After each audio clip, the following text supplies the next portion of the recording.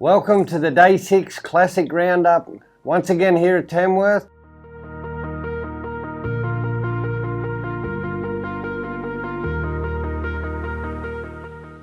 With me today we've got Colby Eade, the Regional Livestock Coordinator.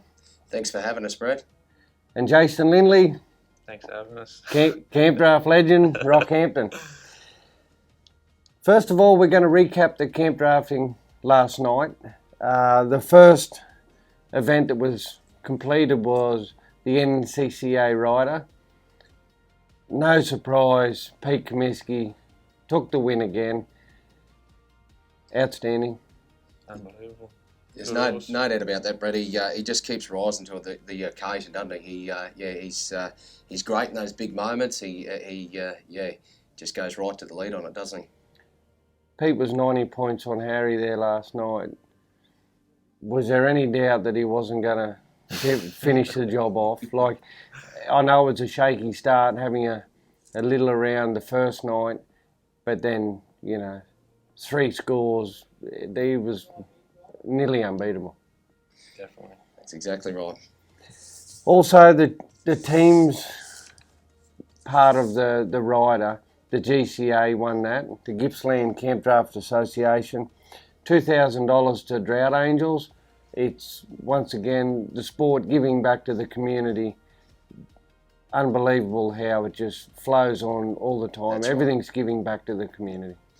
It's great to see those top sort of athletes in the camp draft game competing against each other on one stage, isn't it? Brett? Yeah.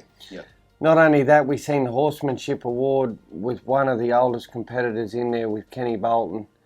Not only great horseman and got the Horsemanship Award, it wouldn't have been any surprise to see Ken at the top either. That's right. Then we go through to round 2 of the Dalgety Stallion Shootout. Once again, the first night was a little slower, but then we seen some big runs last night. Dave Thorne had a little turbulence, 93 points. Then we go down to Johnny Lee, who is actually leading the competition. He's on 179, so he's put an 89-point run through with his 90 in the first round. Yeah. What would it mean for someone like John? He's nearly a Tamworth local out there at Manila. A horse, he bred himself, he's got progeny in the sale. For someone like that, what would that mean, Carl? Yeah, I think it would be it'd be one to put right up on the mantelpiece. There's no doubt about that, and he's done very well with that stand of his. And like you said, we see a lot of his progeny come through the sale, and I think he'd be proud as punch if he could take that out. There's no doubt about that. Another new concept here last night was the Jimmy Matthews Memorial Camp Draft for the ladies. We took all the highest scoring ladies over the week in the first rounds, went in last night for a shootout. Bonnie Hiscock come out on top. I've said it so many times this week, but it's no surprise to these competitors to be floating to the top. They come here, they're on good horses. The good cattle, it's just starting, it's really that in itself's a great event to showcase the female riders. Yeah, and there's no doubt about that, Brett. It's and great to see Bonnie come through. Obviously, she comes from a very good stable with the family, and and it's she's going to be one to really go forward, isn't she? How much of a thrill is that for the family with Bonnie's grandfather, Ken Bolton, getting the Horsemanship Award with his 91-point run in the first round of the Open? It's just such a family affair that camp drafting brings everyone together, and the Nutrien Classic, it really embraces everyone, and that in itself is a huge feat for Nutrien. The Foresight Masters Camp Draft was completed last night as well. We had 4 leaders, equal leaders, going into the final, all on 88 points. Ben Seidel got the chocolates. Yeah. Put an 85-point run with his 88, ended up on a 173, held the cards, no one went round him. No. Then the big one, Legend. How does it feel? Awesome. Yeah. Absolutely awesome. Yeah, I didn't realise how, like, last night, all the messages that I got from back home and the amount of people that watched it on live stream, and yeah, it was unbelievable. Unbelievable. You would have heard it being your first time down competing at the Yeah. Classic. Everyone would have spoken about it, the hype. Mm. It hasn't disappointed. No, definitely not. No, I wasn't that nervous going into it, but I was proper nervous after it, after me run. So, sitting here the other night, Pete Comiskey, he had a tip that the Grasshopper was the one. Now we know Pete is the wildlife he's a wildlife specialist around the traps these days, being the Buffalo Man and everything else. But Pete's watched his horse this year in the futurity drafts up Yeah. north, Up home, yeah. and he did give us a tip that it'd be very hard to roll. He actually beat me at Nebo, I think, in the maiden there by a point or something. Yeah. Yeah, One so- of his horses. Yep. on So- that horse, yeah. So with that, one of the most important things that I feel has come out of this week with the Nutrien Classic is two families that have supported the camp draft industry You betcha. well Yep. beyond Yep. any expectations of anyone is Yep. the Acton family and the Snow family. Yep. To now turn around and the Acton family get to win the Classic, Mm. what a buzz that it's not all one-way traffic, that, you know, Tori now gets to claim that very prestigious title with her horse. Yeah. And Mark Barton has just asked us if we can make sure Nutrien might get a bit of that a bit of that prize money back this week. Is there any thoughts Yeah, on? Damo Kenny and Tori Acton, they're both coming down, so and I think they are looking to buy another one, so I think they're hooked. Very good. I think they're hooked. We've spoken every night this week because every horse that's either won the big event or has made the big money has had a sensational mare pedigree. That's right. Not only Grasshoppers by I'm a Smooth Blue Cat, is it true that he's out of a full sister to One More Spin? Yep. We look at One Rome Pepto, One More Daddy. Yep. All these horses go back to One More Spin. Yep. Now we've got a Classic winner Yep.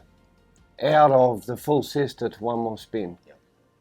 And Brett, we're seeing that time and time again, aren't we? I know we've spoke about that before, but and even today, there's no doubt when people make their selection in the sale ring, they're chasing that depth of breeding and that dam line, aren't they? To really bring it home. Of course, along with the sire as well, but it means so much, doesn't it?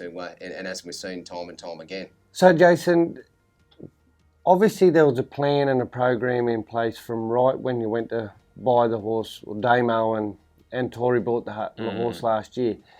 Pete told us the other night Todd Graham had put a big foundation on the horse. Definitely, yep. Then the study of the catalogue last year. Obviously, you weren't the only ones that thought he was the right horse. So he was a top prize gelding of the sale last year. Yep. We've got no surprises that he was back there for the Yep. gelding shootout. Yep. Now he's a Classic winner. Yep. Outstanding. Yeah. It's great to see those top horses come back and and compete at that level, Brett, isn't it? You know? Yeah. We better go back and not forget Zane Haberman and Stephen Comiskey, equal second. Yep. Zane had the first. He won the first. He got the first round in the runoff for the gelding incentive. Yep. But you hadn't showed him the full deck of cards till we fronted up last night. So I love. No. and He's a tough competitor, so does Stevie, and we compete together all the time up there, and it's hard to beat him. Very hard. But how good does it feel to come down here? I know we're down here to compete, and you're here to do the right thing for your clients and who own the horse. But you've still got mates there that nothing changes, and it's we help each other out picking cattle and stuff like that. And Who was the first one round for a stubby last night? Well, I don't drink, so, but I was this close to having one, I tell you. So that's the classic run and one, PV Grasshopper. What a great story for Damo and Tori, and no doubt they'll be drinking when they get down here. Definitely. Yeah, And- I might have had a few last night anyway. I'd say yeah. so. Yep. Yeah, definitely. We touched on it a little earlier with the highest priced horse for today at 77,500, That's correct, yeah. and the mothers and everything else. I'll get you to tell us a little more about the lots today. Yeah, Brett, just some results on the day one of the selling here today. We offered 44 geldings, top of 44,000, which was lot 147, Eagle Brave, which was purchased by the Balmoral Downs company through Nutrient in Dalby, in Queensland. Just to give the people a little insight at home, Hazelwood Conman That's gelding. correct. Hazelwood Conman gelding again, which has seen them come back time and time again and been, a very a dominant side throughout the sport, haven't we, Brett? Yes. Yeah. And then we moved down to the mares. There was 53 odd mares there today. Topped at 77,500. One of the late John Breckelman, Wicked Duck, which was purchased by the Depco Pastoral Company from Hawthorn and in Victoria. Just to little more insight on that sale, the legend sitting beside me has won a camp draft on that horse. At Marlborough. Yeah, 290s. Wow. So That was a couple of years ago, and she was an awesome man. I won the cutout in the Novice at Paradise on her as well. wow. Performed horse again. That's right. And then we saw the stands. We had 4 stallions, average 32,500 today, top of 58,000. A highlighted lot, no doubt too. Lot 110, Proud Little Pepto, on account of Forrest Saunders, was sold to Matty Morrison at Kamala in Queensland. Fully imported horse that Warwick has, taken to the camp draft arena That's right. extremely well. Many draft wins, open wins. Someone's got a super cheap horse there, fully imported, ready to go, put on the truck. Wonderful. Yeah, very seasoned, Stan. There's no doubt about that, Brett, isn't it? It's he's had a lot of fun in Warwick. He's done a great job campaigning him, throughout the country, hasn't he? Yeah. Now we move on to our sale tomorrow, where we go from lot 182 to 347. Colby, what have you got circled up in the catalogue for our high price horses? Brett, well, there's just four or so that I've got just feature lots. I think that we'll see a bit more of tomorrow. The horse of the Schumack family, time checks. A course out of that great mare Roney's checks, Brett. Yeah. Ronies would have give everyone a headache in central Queensland over the time, Jace. And her daughters. So it's one of those things that, great families, but yeah, she's outstanding what she's done. She won the Gold Cup in 2005. Yep. And then you got Paris and Brittany who's won Willinga. That's right. All right. the same mare line. Yeah. No doubt one of the legends of sport, and time's up, by time's up. So yeah. Well, he had the 93-point run in the first That's right. round of Stallions. Yep. Keep mixing all those genetics up, something's got to go right. And then we moved down to 412, Duck Talek, a course again by the estate of the late John Breckelman again, which is no surprise, by Metallic Cat out of Amir Duck down under. Yeah, she's the mother of Wicked Duck that sold today for that dear price mare. Lucky we had Jason on today to keep us on the straight and narrow. That's right, Brett.